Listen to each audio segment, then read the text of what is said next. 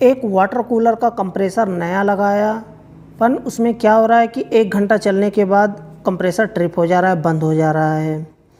अगर ऐसा होता है, चाहे वाटर कूलर हो या फिर एयर कंडीशनर हो, रेफ्रिजरेटर हो, विंडो एसी, स्प्लिट एसी, कोई भी सिस्टम हो, रेफ्रिजरेशन सिस्टम, अगर 1 घंटा चाहे डिफ्रीजर हो, अगर 1 घंटा, आधे घंटे या फिर 15 मिनट चलने के बाद कंप्रेसर बंद हो जा रहा है, अगर आपने नया रिप्लेस किया है तो भी उसमें क्या फ़ाल्ट है और फाइंड कैसे करेंगे। चाहे रेफ्रिजरेटर हो, कोई भी सिस्टम हो, सारे सिस्टम एक जैसे ही काम करते हैं। अगर 1 घंटे में, आधे घंटे में और या फिर 15 मिनट में कंप्रेसर ट्रिप हो रहा है, बंद हो जा रहा है, और अगर एयर कंडीशनर है तो रूम में कूलिंग नहीं हो रहा है, वाटर कूलर है तो उसका वाटर पूरा चिल्ड नहीं हो रहा है, ठंडा नहीं हो रहा है, फिर भी कंप्रेसर ट्रिप हो जा रहा है, रेफ्रिजरेटर है, कूलिंग नहीं हो रहा है उसमें, लेकिन फिर भी कंप्रेसर ट्रिप हो जा रहा है, तो उसे कैसे फाइंड करेंगे कि इसमें क्या फ़ाल्ट है।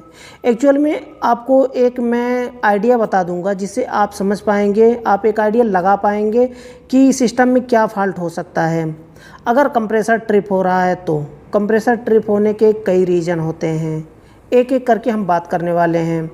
अब देखिए, मैं आपको बता रहा हूँ, ऐसे ही आप वाटर कूलर के भी ऊपर अप्लाई होगा, एयर कंडीशनर के ऊपर, विंडो एयर कंडीशनर, रेफ्रिजरेटर के ऊपर भी इसी तरह से अप्लाई होगा, और एक एक करके मैं नाम भी बताता रहूँगा कि कौन सा सिस्टम में कैसा होगा। तो यहाँ पर समझिए कि अगर कंप्रेसर ट्रिप हो रहा है तो उसे आपको पहले क्या क्या चेक करना चाहिए। अगर वाटर कूलर है, पहले मैं वाटर कूलर को क्लियर कर दूं, फिर मैं एयर कंडीशनर की बात करता हूं, रेफ्रिजरेटर की बात करता हूं।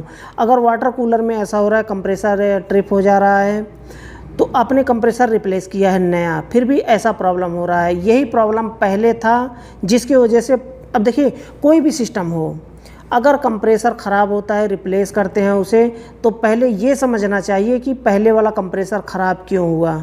ऑटोमेटिक ऐसे ही बेवजह कंप्रेसर ख़राब नहीं हुआ करते हैं, इसको समझ लीजिए। कभी भी कंप्रेसर ऐसे ही नहीं ख़राब हो जाता है, कुछ ना कुछ फॉल्ट होता है, उसके ऊपर लोड होता है बहुत ज़्यादा, और कुछ दबाव होता है जिसकी वजह से कंप्रेसर ख़राब होता है। अब देखिए, कंप्रेसर अगर ख़राब हो गया है तो पहले उसे समझिए कि कंप्रेसर ख़राब क्यों हुआ। अगर उसका टर्मिनल, कंप्रेसर भी कई तरह से ख़राब होते हैं, एक होता है टर्मिनल उसका जल जाता है, जल के ख़त्म हो गया बिल्कुल टर्मिनल, तो कंप्रेसर रिप्लेस करना ही पड़ेगा। अगर कंप्रेसर इस तरह से हो रहा है तो आप वायरिंग चेक करिए, वोल्टेज चेक करिए और कैपेसिटर चेक करिए कि कैपेसिटर ख़राब तो नहीं है उसका। कैपेसिटर वीक होने की वजह से स्पार्किंग हुआ हो, उसमें वोल्टेज कम होने की वजह से स्पार्किंग होता है, तो उसे एक एक करके पहले चेक कर लीजिए। कैपेसिटर, वोल्टेज और वायर, उसके थिम्बल, जो कंप्रेसर के टर्मिनल के ऊपर थिम्बल लगे हुए हैं, थिम्बल को आपको चेक कर लेना है कि थिम्बल कहीं लूज़ तो नहीं है जिसकी वजह से स्पार्किंग हो करके हमारा जो टर्मिनल है वो जल गया, इसको चेक कर लिए। दूसरा होता है कि कंप्रेसर स्टक हो जाता है, जैसे कि स्टक का मैं एग्जांपल एक बता दूं। कंप्रेसर जब स्टार्ट होना होता है तो कर्र करके साउंड आता है, फिर स्टार्ट नहीं होता है, कर्र करके साउंड आता है, स्टार्ट नहीं होता है। अगर इस तरह से स्टक हुआ है तो फिर समझ लीजिए कि सिस्टम में चोकिंग की वजह से हुआ है, सिस्टम में ऑयल चोकिंग है बहुत ज़्यादा, जिसकी वजह से कंप्रेसर के ऊपर लोड ज़्यादा पड़ा, जिसकी वजह से उसका वाल्व टूट गया, और टूट जाने की वजह से स्टार्ट नहीं होता। इस तरह से होता है, कर्र करके साउंड आता है, स्टार्ट नहीं होता है।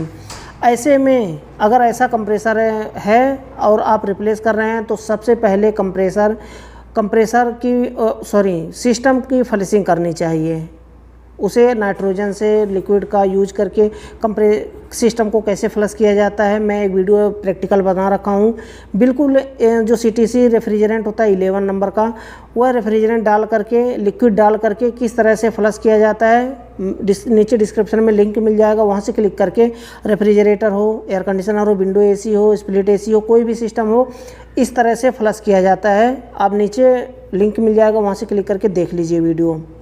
तो अगर ऐसा होता है कंप्रेसर ऐसा, देखिए AC के ऊपर भी यही होगा। अगर ऐसे कंप्रेसर ख़राब होते हैं तो पहले सिस्टम को आपको फ्लश करना होगा। अगर आपका वाटर कूलर है तो कंडेंसर को और कूलिंग कॉइल जो है उसे फ्लश करना होगा अच्छे से नाइट्रोजन से, और उसका कैपिलरी और फिल्टर उसे चेंज करना होगा। जब कंप्रेसर रिप्लेस कर रहे हैं तो अच्छे से फ्लशिंग करिए तो दोबारा से ये प्रॉब्लम नहीं आए। अब देखिए, रिप्लेस कर दिए हैं आप कंप्रेसर, तो भी आपने सिस्टम को फ्लश नहीं किया है अच्छे से, उसमें ऑयलिंग है जिसकी वजह से कंप्रेसर ट्रिप हो रहा है। अब देखिए एक और चीज़ हो सकता है कि आपने कंप्रेसर रिप्लेस किया, लेकिन हो सकता है कि उसका कैपेसिटर वीक हो। कैपेसिटर वीक होने की वजह से भी कंप्रेसर हीटअप होकर के बंद हो रहा हो।